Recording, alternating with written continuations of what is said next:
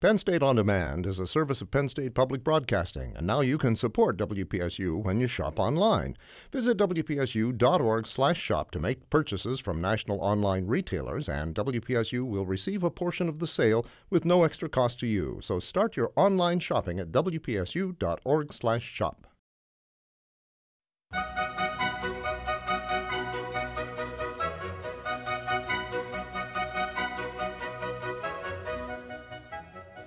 Penn State Public Broadcasting, this is To the Best of My Knowledge.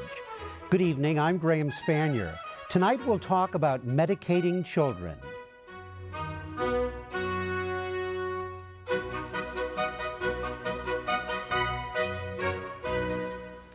Psychiatric medications can rescue a child from a desperate future, even save a child's life. But the effects on a child's developing brain and body are not fully known. Tonight we'll talk about medicating children. You can join the conversation. Call us at 1-800-543-8242. You can also email your questions to response@psu.edu. Now let's meet our guests. Dr. Chris Peterson is a child and adolescent psychiatrist at Penn State Hershey Medical Center and an associate professor of psychiatry with the Penn State College of Medicine. Dr. Craig Feaster is a child and adolescent psychiatrist at Sunpoint Health in State College. I want to thank you both for being here on our program tonight. I'm glad to be here. Thank you for having us. Craig, let me begin with you and asking you about how mental illnesses are diagnosed in young children. All psychiatric illnesses are diagnosed based upon history. So you want to have as much information about the child as possible. You're going to ask the parents about what's been going on, what sort of behaviors they've been having. Are they having problems with their mood? Are they having problems with their attention? You're going to, if possible, get as much information from school sources as you can. Unfortunately, not every parent is the best historian about what's going on with their own child, and some people tend to a little over-exaggerate what's been happening.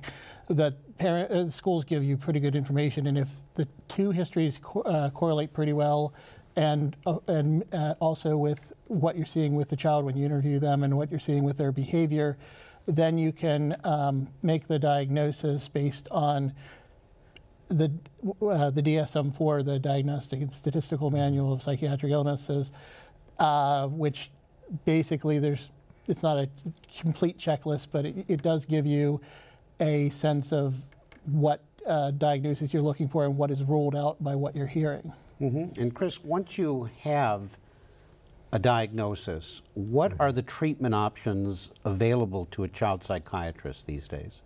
Well, in fact, as Craig was saying, the diagnosis is so crucial because the treatment options are built on the diagnosis.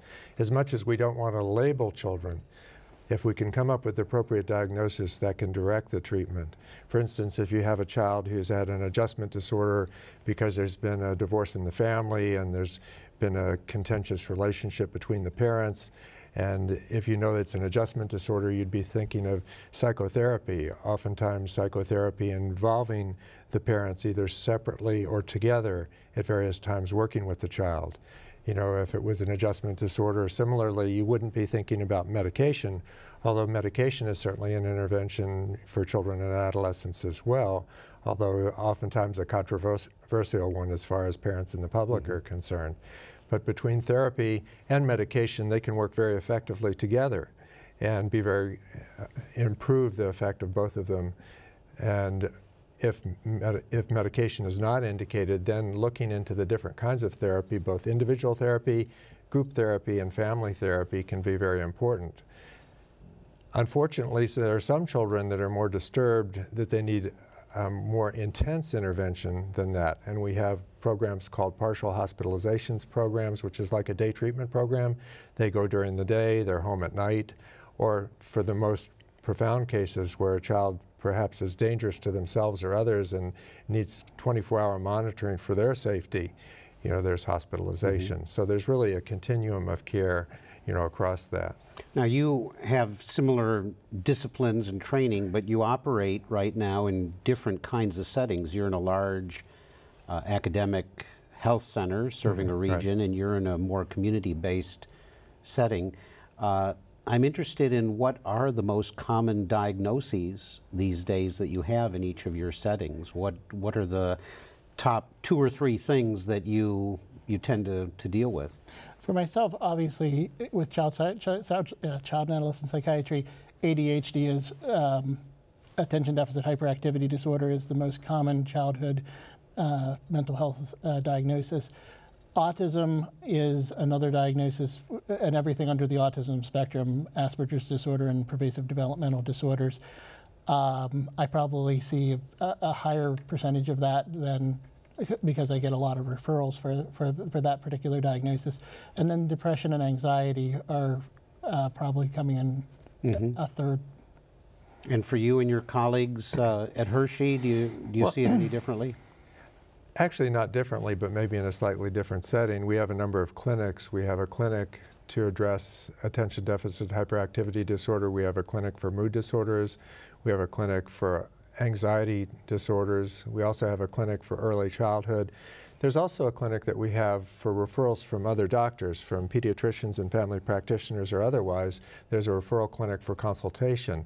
So there's a variety of clinics with doctors with expertise in each of those areas, and certain protocols and procedures that we can go through in terms of gathering history, examining the child, getting information from parents and teachers, and as well as from the primary care doctor. Mm-hmm.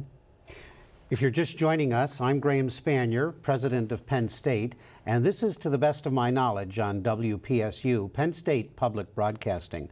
Our topic tonight is medicating children, and we have a lot of ground to cover. We want to invite our listeners and viewers to give us a call. We have the numbers up on the screen for all of you there.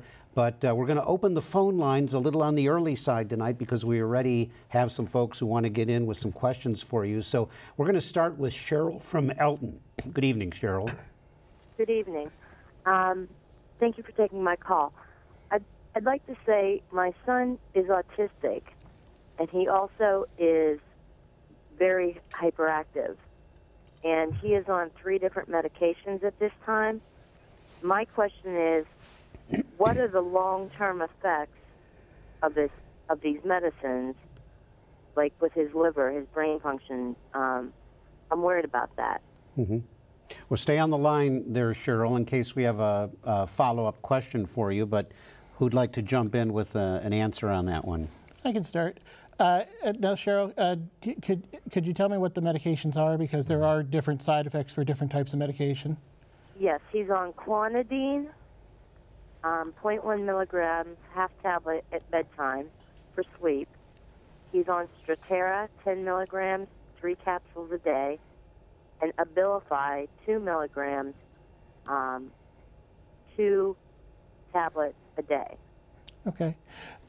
What I can tell you is that for most medications, we don't have a complete answer for your question, like what are the true long-term side effects. Right. Brain development is something that we don't have a clear enough picture on how individual medications directly impact brain development. We can say that for the patients who have been on the medications, that as of yet we haven't seen any direct impact on changes in brain development.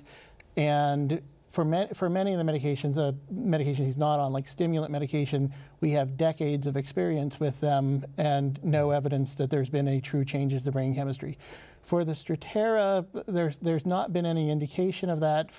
You ask about the liver, there have been a handful, like 2 or 3 cases where there was liver damage with Strattera, but that was very early on and was reversible when Strattera was stopped. So it wouldn't be something you'd expect to see if he's been on it for a while and not having any difficulties. The clonidine has been has been used for a very long time, and as yet we don't have any evidence that there's a long-term side effects. And again, the Abilify, it's been around for not quite about 9 years now on the U.S. market. There haven't been any indications that there's long-term side effects, but we might not find out information for 20 years or so. Now, for the rest of the folks who are watching, Dr. Peterson, can you tell us for each of those medications what exactly they would be prescribed for?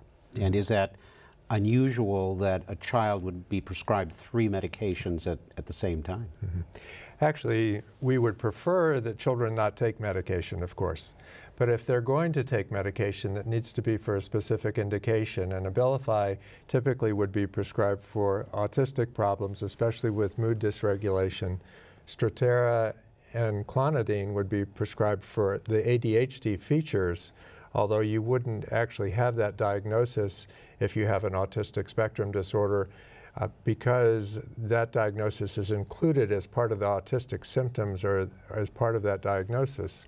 I think it's one thing that it is important to say with medicines like Abilify, it is important to regularly have laboratory studies, not so much because of concerns about brain development, because actually it may support brain development, but in terms of making sure it's not causing any problems with cholesterol, lipids, blood glucose, as well as other things regarding liver function and to make sure that there aren't problems there. Those are very rare difficulties with those medicines, but they need to be followed carefully. And there need to be baseline studies before the medicine like Abilify is started, and then on a regular basis while you're taking that for the child's safety and to make sure that it's safe as well as effective. 1-800-543-8242, that's our phone number. You can call us and we'll get you right in on the discussion. Or email us at response@psu.edu. And we have a number of questions via email here already. Let me take the first one here. It says, why are pediatric psychiatric providers tending increasingly to first prescribe antipsychotic medications instead of mood stabilizers for children with mood disorders? Is the writer of this email correct with the right presumption? Yeah, actually, as child psychiatrists, I was at the national meetings in October, and as a group, we're concerned about that practice as well. It's probably more prevalent, and Craig and I were talking about this before the presentation tonight, because adult psychiatrists and primary care doctors like pediatricians and family practitioners that feel at a loss at times because they can't get a patient in to see a child psychiatrist oftentimes will prescribe these medicines, which can be very potent but also have considerable side effects when perhaps therapy alone or a medicine that has less danger and less toxicity could be used. So the use of antipsychotic medication has increased significantly, and that is a concern, especially as side effects like weight gain or changes in lipids and cholesterol or other side effects are found. And I'd also like to add, in particularly if you're talking about bipolar disorder, some of the atypical antipsychotics have actually gained the FDA approval for treatment of bipolar disorder in adolescents. So you will be seeing an increase in the prescribing because they are considered mood stabilizers.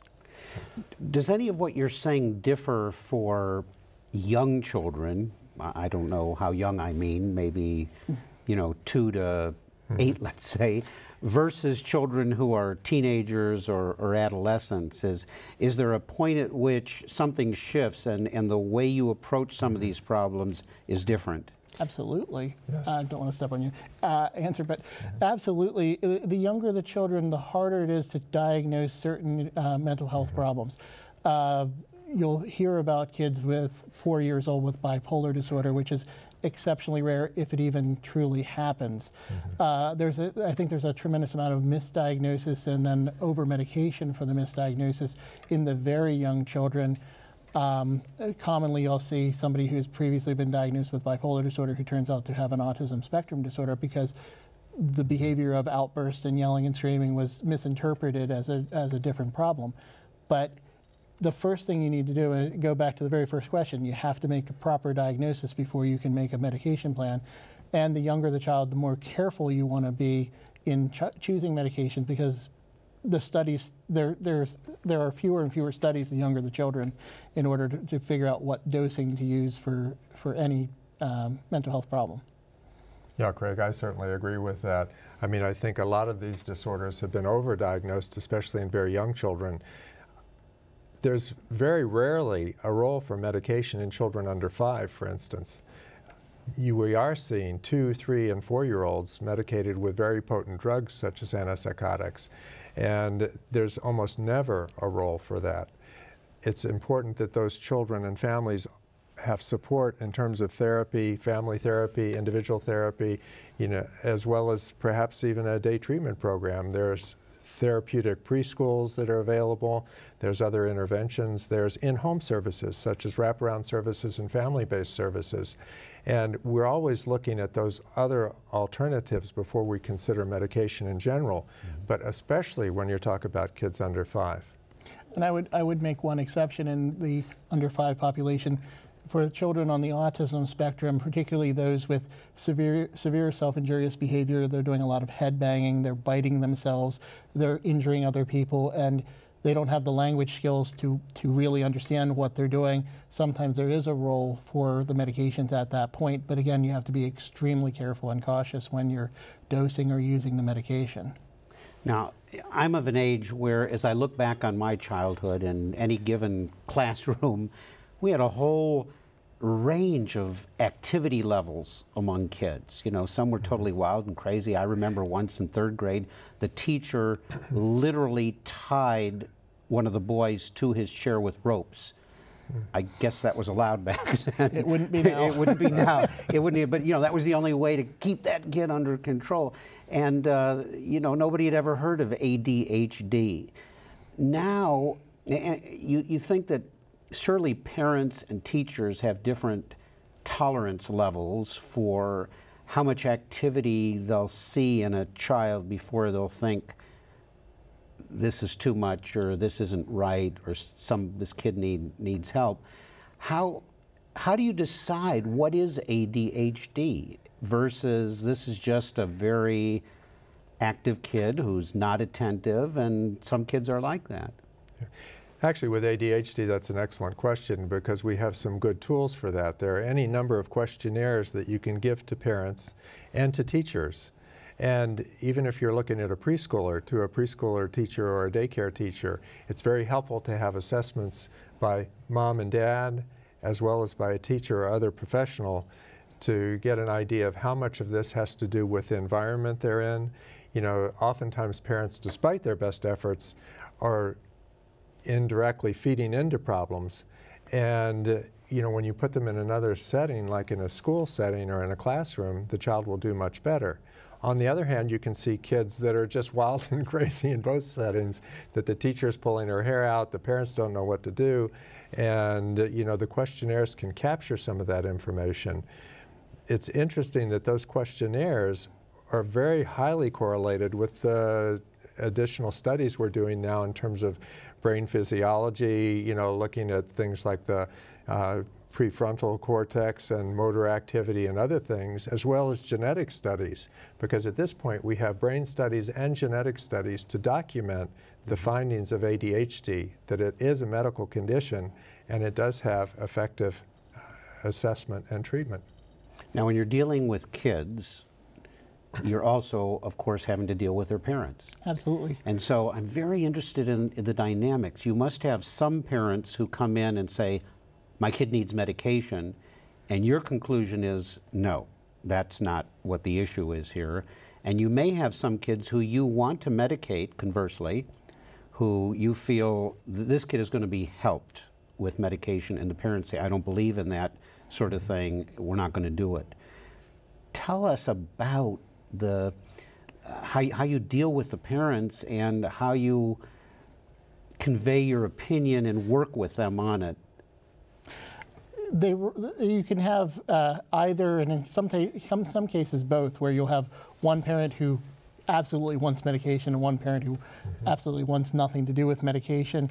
And it's very difficult at times to truly, there are some parents that no matter how well I'll make a case for medication, will absolutely never use medication for their children. They want a diagnosis, they want other services, but they do not want to try medication no matter how at risk I feel the child may be. There are other parents who will come in and they'll describe symptoms and they'll have complaints and they want a medication for almost everything that you can imagine, as if like there would be a way to take medication and control a child's entire day. What Stephen Colbert had once referred to as psychopharmaparenting, which is where you just use a med to control every aspect of the child's day for the rest of for the rest of their life. But most parents are in the middle, and where they want is they want something that can help their child, but they don't want to have too much in the way of side effects. They want to have the ability to have their kids succeed in school, but not be a complete zombie, and they want their children to be happy. They want them to be able to eat properly, sleep properly, but they don't want 10 medications to control every aspect. So it's difficult, and you spend a lot of time talking to parents. Most of what I find that I do is I talk about what I think the medication can do to help them, but also what the medication side effects are, because I feel if you don't tell them up front what the side effects are, they're going to go home, have a side effect, and stop the medication, never come back. If they know what to expect, then they can then they can say, okay, well, he said this was going to take a couple of days to get through it. And Chris, how about some experience from your practice? Well, I'd have to agree with Craig on this again, and what I usually will tell parents is we prefer the children not take medication. But the goal with medication is not to make the child manageable for the parent or for a teacher, but to help the child be happier and more successful. And with that approach, if you're sincere in that, and that's really your goal, and usually the parent's goal, by the way, that over a period of sessions, you'll reach some conclusion, that will bring you together on that. So, and oftentimes, if there's a safe, effective medication with minimal chance of side effects, the parent will go with that as long as they believe that you're on the same page as they are and you want their child to be successful and happy. Very good. Let's take another call now. It's Dan from Clarion on the line. Good evening, Dan. Good evening. Now, I'm a Penn State graduate, but way back. Now, there are a couple things that I would like to bring up here. Okay. First of all is my book, The Child Left Behind, which came out in 2007. And second, and this talks about ADHD, but I don't call ADHD because, as Dr. Whittaker, who's a medical doctor out in California, he doesn't believe that that's a legitimate diagnosis. And what I found, I worked as a psychologist out in the schools for a number of years back before there were all these drugs. And we didn't have the problems that they now have in school with all the drugs.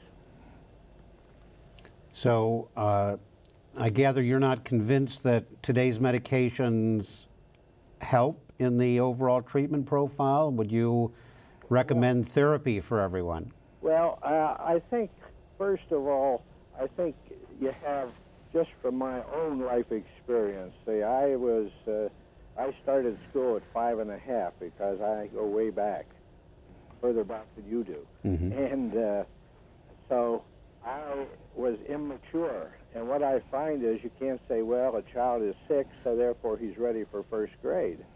They don't do anything to prevent problems. What they generally do is cause them. I didn't have all the problems that they now have in school back when I was out working as a psychologist and special educator. And what I look at is I see the kids today, they have parental problems. I mean, both parents working, and interestingly enough, your psychiatrist from Penn State, I think, has more of my approach to it, the idea of medications. All those medications, Ritalin and so forth, have significant side effects and can be fatal. And okay, thank you for that perspective. Let's talk about that. I mean, he's raised some different questions here, but one of the topics he mentioned is whether there are situations where what's happening with the parents or what's happening in the home environment may be exacerbating some of these problems. Can they actually cause the problems, or is it an interactive effect? Well, certainly, and as a teacher myself, before I went to medical school, I taught preschoolers and I taught high school, and I've certainly seen more problems in the school settings now than I did in the past when I was teaching. I don't know how to explain that exactly. Does it have to do with family structure? Does it have to do with stress that children and families deal with? But it's certainly very important to intervene in terms of psychotherapeutic interventions. You know, certainly if you have a child that comes in who's very disruptive, having problems in the school setting, having problems in the home setting, you want to try to find some interventions there that can be effective. And a child psychiatrist can be involved with that, a psychologist, a clinical social worker. There's a number of professions who are very effective at providing therapy and addressing those kind of issues.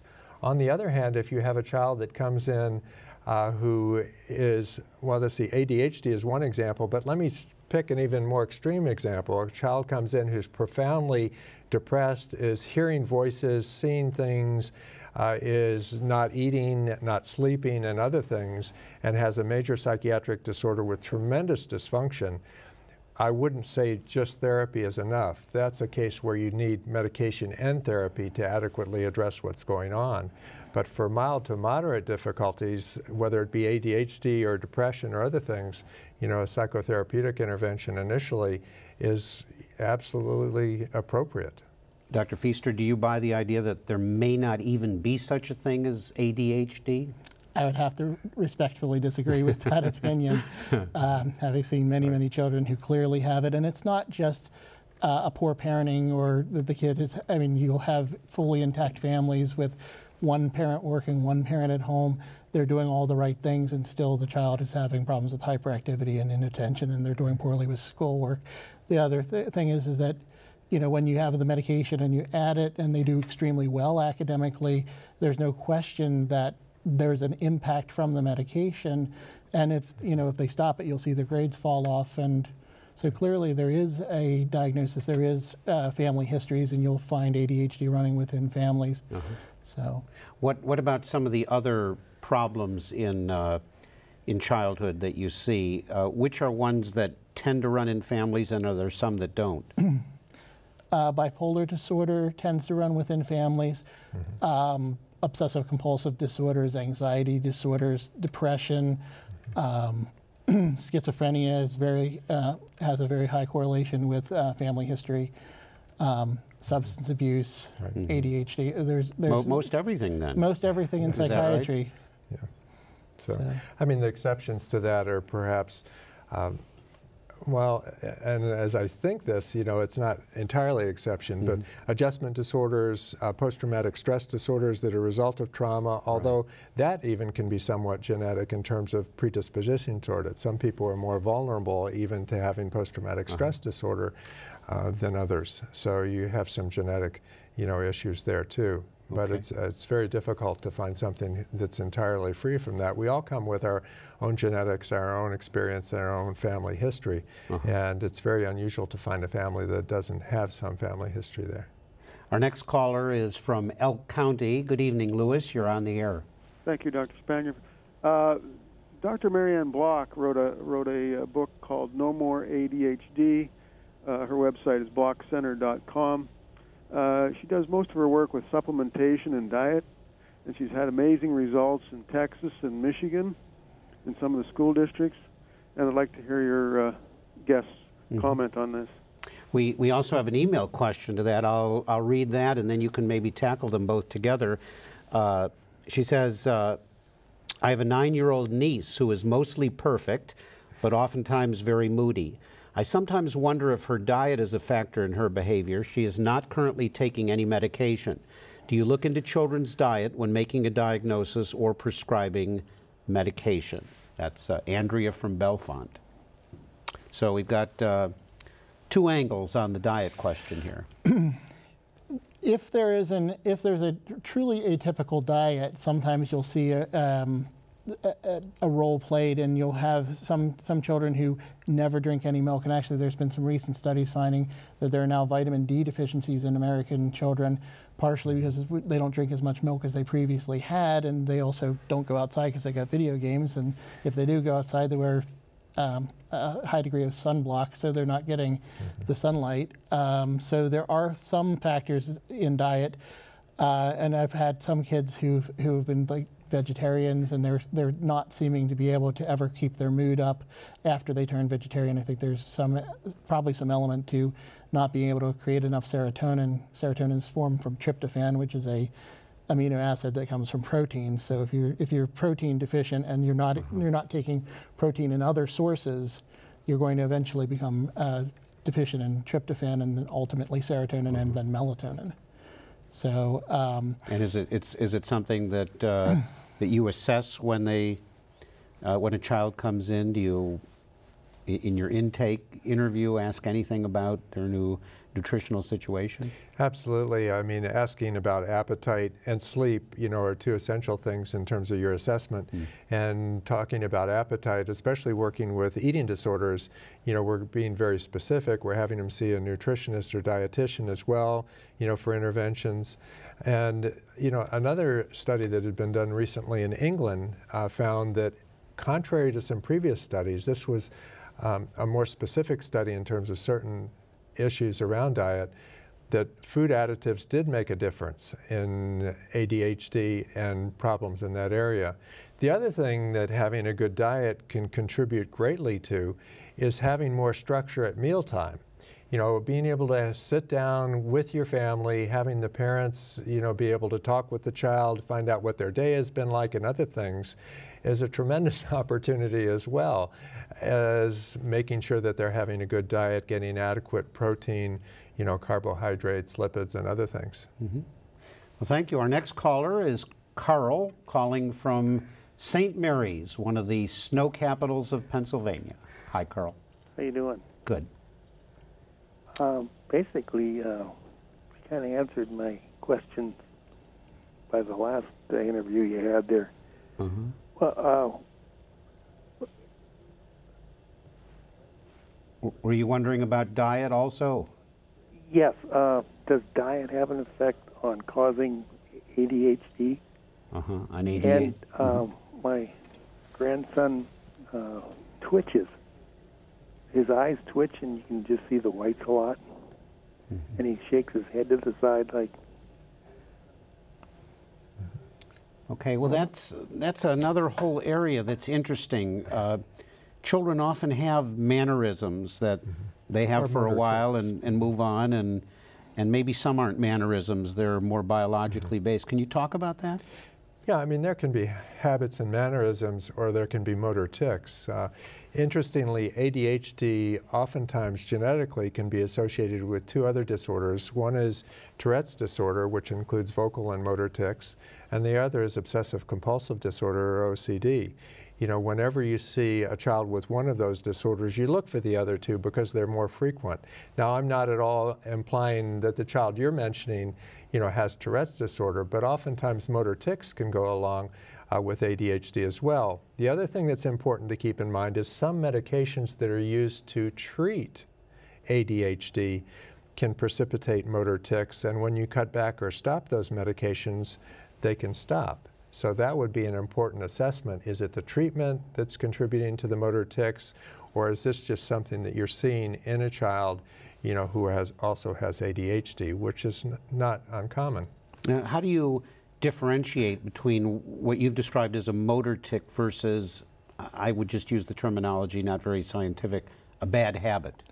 A motor tic looks like something you wouldn't want to do on purpose. So, if somebody's blinking or twitching or their head turns, it's something that nobody would actually do on purpose. And it's actually something that the child is usually unaware that, if it's very mild, the child can be unaware of it.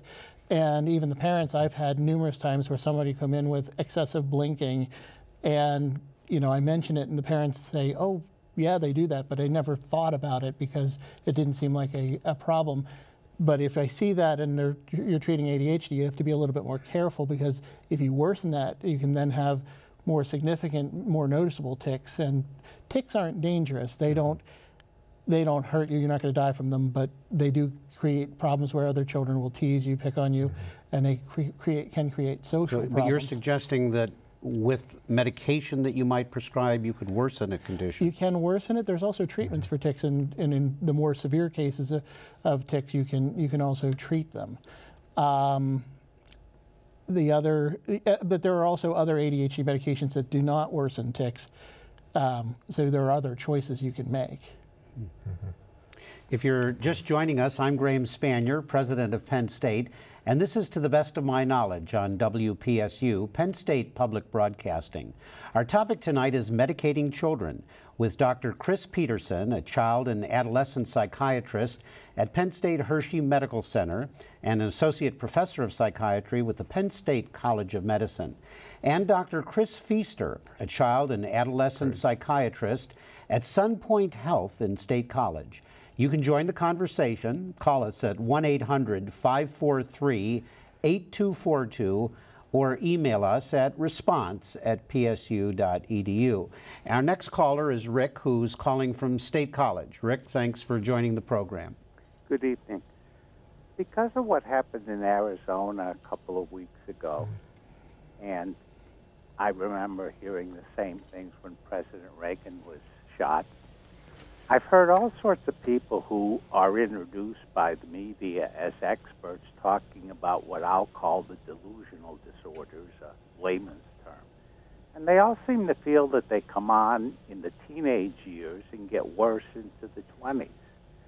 So when I hear people talking about using antipsychotics for, say, children 5 to 10 years old, it doesn't seem to fit very well, because I've heard of these drugs and the horrendous side effects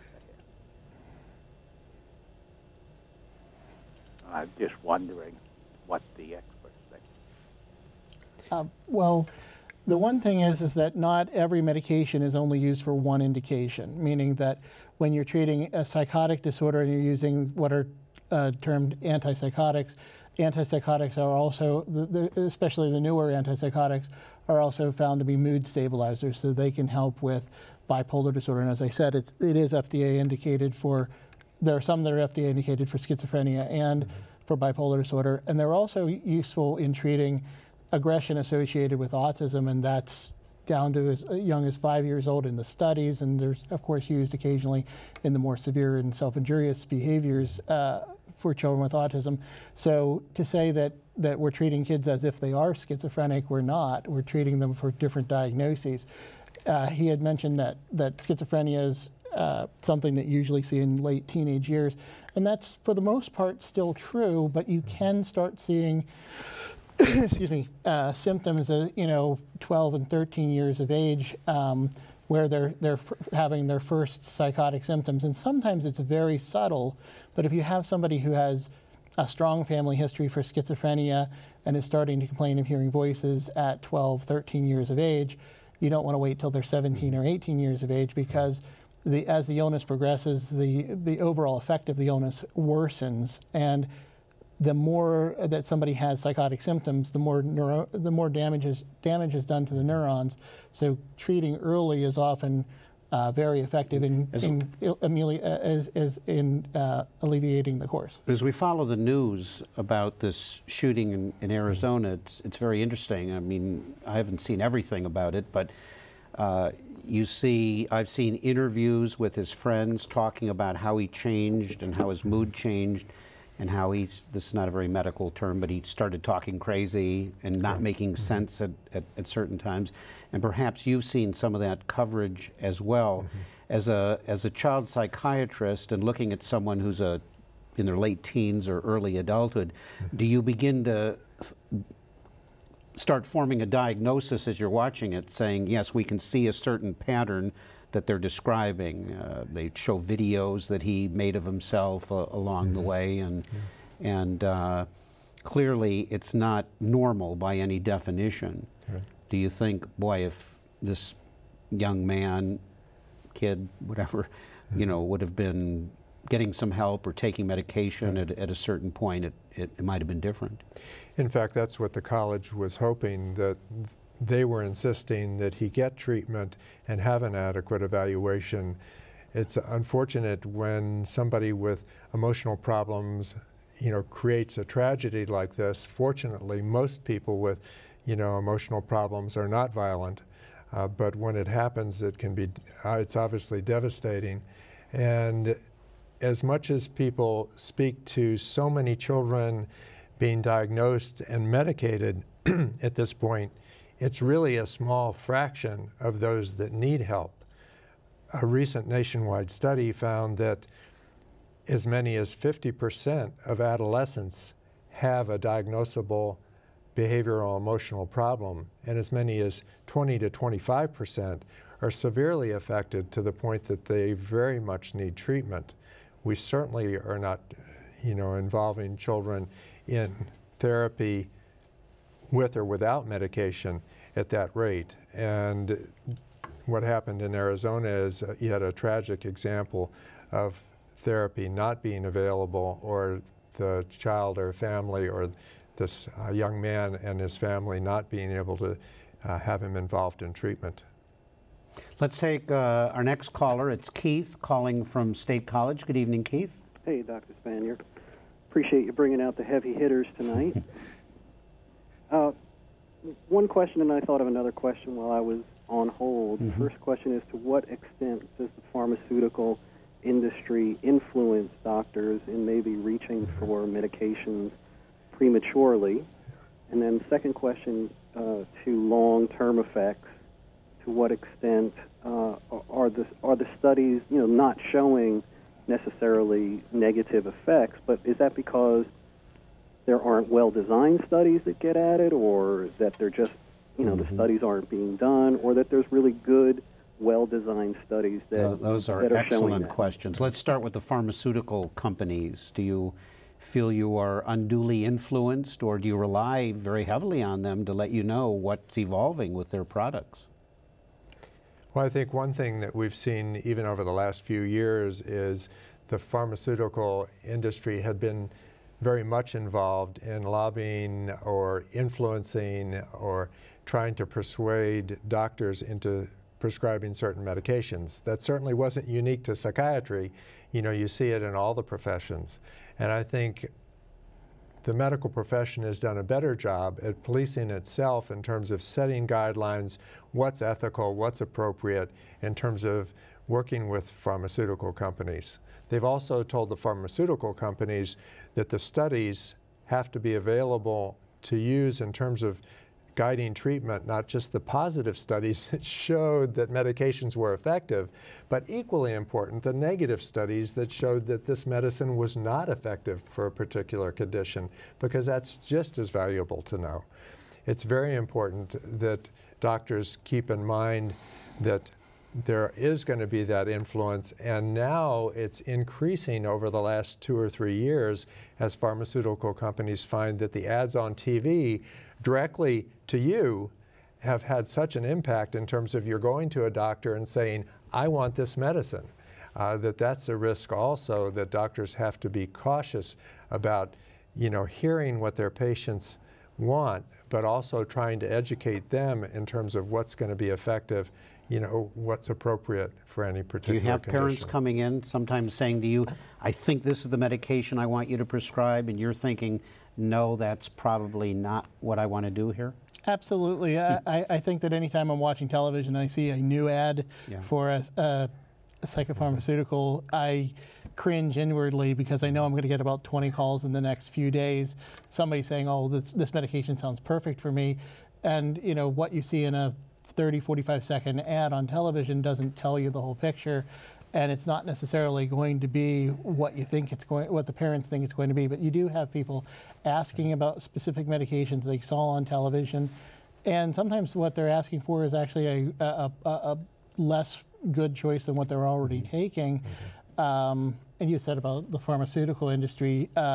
We've moved very much away from some of the influence the pharmaceuticals have had directly on doctors. It used to be, I remember when I was in medical school that they would take people down to like the Caribbean and for like an hour lecture, and the doctor and the family would be down there, and then it moved back to maybe they'd take you out golfing, and now they might bring you lunch, and now they can't even give you pens anymore because we've basically pulled it back to we don't want to have people basically purchasing doctors' prescriptions. Now, on another side of Keith's question, I think, is another issue, warning labels, contraindications. When you listen to some of those ads on TV, they say in very fast words at the end, in a softer voice, suicidal thoughts might occur. And you're thinking, oh my gosh, why would anybody want to take that or prescribe that? This must be a little nerve-wracking in your line of work, that some of the possible side effects for some of the things you prescribe sound kind of scary. Well, they sound absolutely scary, and one of the things you have to do is always weigh the benefits that you're trying to get from the medication with the risks of giving the medication. For mild depression, for instance, you're probably not going to prescribe an antidepressant. You're usually going to save that for a more severe case. But if you look at the risk of suicide, and there was a study that came out and they looked at all the antidepressants overall in use in children and adolescents, they indicated there's a 3% risk of increasing suicidal thinking in depressed individuals and increased agitation in the same individuals. But when that warning came out, the prescriptions for children and adolescents dropped significantly. If you look back to when Prozac first came onto the market, and gradually there was an increase in, and the reason I use Prozac is because it was one of the first that was really considered to be relatively safe. You could give a prescription and an overdose on it, and people wouldn't still pass away from it. Other older antidepressants would probably kill you in overdose. But people started being a little bit more comfortable using these antidepressants. They started using it more and more in teens. And as you look at the increase in the prescriptions over the years, what correlated with that increase in prescriptions was an actual decrease in the suicide rate for teenagers. And in fact, if you look at those who have committed suicide, one of the most common findings is the absence of antidepressants found in the toxicology, that even children prescribed the medication weren't necessarily taking it. But when the study came out and said that there's a 3% increase in suicidal thinking, now there wasn't, in any of the studies, there was no actual suicides, and there was no actual serious injury during that study. When that study came out, there was a sharp drop in the prescriptions for teenagers and children. But that was the first year that the suicide rate for children and teenagers went up in all that time. Let's take a call from Dick, who is calling from Johnstown. Hi, Dick. Good evening, gentlemen. Thanks for your patience on the phone lines there. Thank you. Well, it's a very interesting conversation. I'm a senior citizen, and when I was an adolescent, we had never heard of medicating anyone for some of these disorders.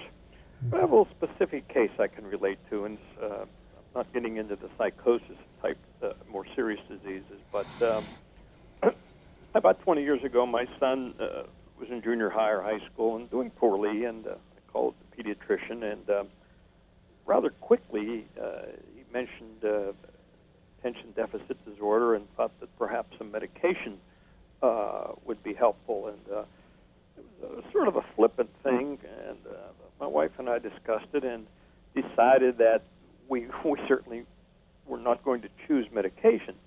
Well, since that time, my son has earned 2 master's degrees, including one from Penn State, and without the help of medication. And I was wondering if the pediatricians, now this was 15, 20 years ago, whatever, should be recommending medication for this ADD. I assume that you have discussed this or will discuss it, and I would appreciate your comments on it. Thank you very much, gentlemen.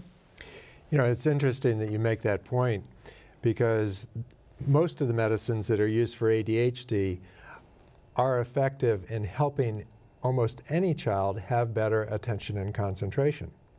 It's not necessarily unique to kids that have ADHD. The question is, you know, based on parents' assessment and teachers' assessment, is this child having enough difficulty to warrant a trial of medication to help them be happier and more successful, to work up to their potential, to use their abilities. Obviously, your son did a great job without medication, and that's much to his credit. There are children, unfortunately, with more serious problems, with ADHD, not saying that your child had ADHD even, but children that have very serious ADHD that don't perform well without some medication intervention.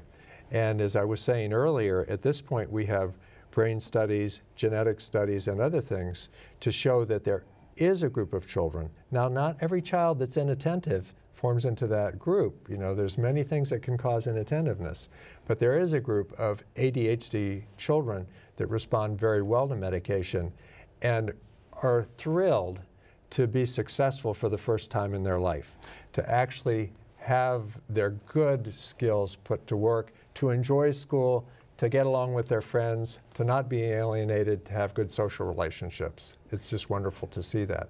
Thanks for your call. Neri from State College, thanks for being on the show tonight.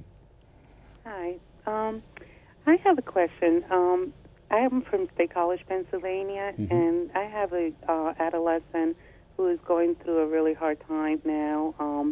And it seems that because of the insurance he has, they don't have that many places here, doctors that will take his insurance.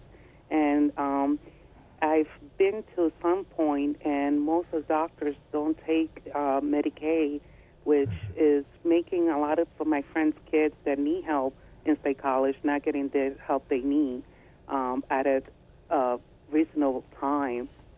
And we have had crises where we had to have Can Help come in, and I'm having a really hard time, and I don't understand why aren't that many doctors trying to help these children that are in need. So you either have to have private insurance, or if you're on Medicaid, your child just falls through that crack. So practicing in a community like this, where should people start if they think there's a problem? Can they talk to a school counselor? Do they talk to a family physician? Do they come right to a clinic like yours? Well, usually you start with the family physician or the pediatrician. And the previous caller had asked about pediatricians prescribing for ADHD and the like. And many pediatricians do an excellent job, but they're also often asked that question in a 7-minute appointment when they're usually treating like a dozen kids for flu that day. And sometimes, if they don't have the time, they sometimes will prescribe a little bit quickly. For the most part, they do send out the questionnaires and try to do an excellent job. But in terms of like getting help when there's problems with insurance, with every insurance company that there's a difficulty with some insurances do not adequately pay for the time that it's required, and unfortunately, lines have to be drawn if you're in a private clinic like Sunpoint. But there is also the county mental health system, and there are medical assistance clinics that are available, run by UCBH in State College, and through the county MHMR. There's also a clinic available. We don't try to turn anybody away, but at the same token, as a private company, we do have to be able to maintain. We can't operate at a loss either. Among the 100 questions we're not going to get to tonight is one that I'm kind of interested in. When do you know when to stop medication? At what point do you start thinking, okay, maybe this child is at a point in his or her development or entering adulthood or keeping track of the symptoms and behavior, and you start phasing away from it? That's usually not at a point, but at multiple points. And it's different with every diagnosis, it's different with every medication. But let's take, for example, a child who's depressed, who was very depressed, took medication and was in psychotherapy at the same time, has recovered from their depression, and we're trying to decide, okay, they're not depressed anymore, why don't we just stop the medicine? Well, that's maybe not the wisest approach, because usually over a period of 9 to 12 months, there'll be multiple cycles in terms of depressions. And if you stop the medicine prematurely, within a month or two, that child will be in a cycle of depression again. So, for instance, the standard for depression is after they're completely back to normal, continue the medication for about 12 months. And we have similar standards for each medication in terms of how to approach that, what's the best way to gradually taper it. Thank you. Well, that music tells us that we're nearing the end of our time, and as I said, we've only scratched the surface. Apologies to callers who were in the queue, and a lot of people emailed questions tonight that we're not going to be able to get to. But I want to thank our guest tonight, Dr. Chris Peterson, a child and adolescent psychiatrist at Penn State's Hershey Medical Center and associate professor of psychiatry with the Penn State College of Medicine, and Dr. Craig Feaster, a child and adolescent psychiatrist at the Sunpoint Health in State College. And we want to thank all of you for watching. Tonight's program will be stored in an electronic archive that can be accessed through WPSU.org. The site also links to online resources on tonight's topic. We hope you'll join us on Tuesday, February 15th, that's our next program, when we're going to talk about movies, a little lighter topic. To the best of my knowledge is a production of Penn State Public Broadcasting, and for all of us here at WPSU, I'm Graham Spanier. Have a good night.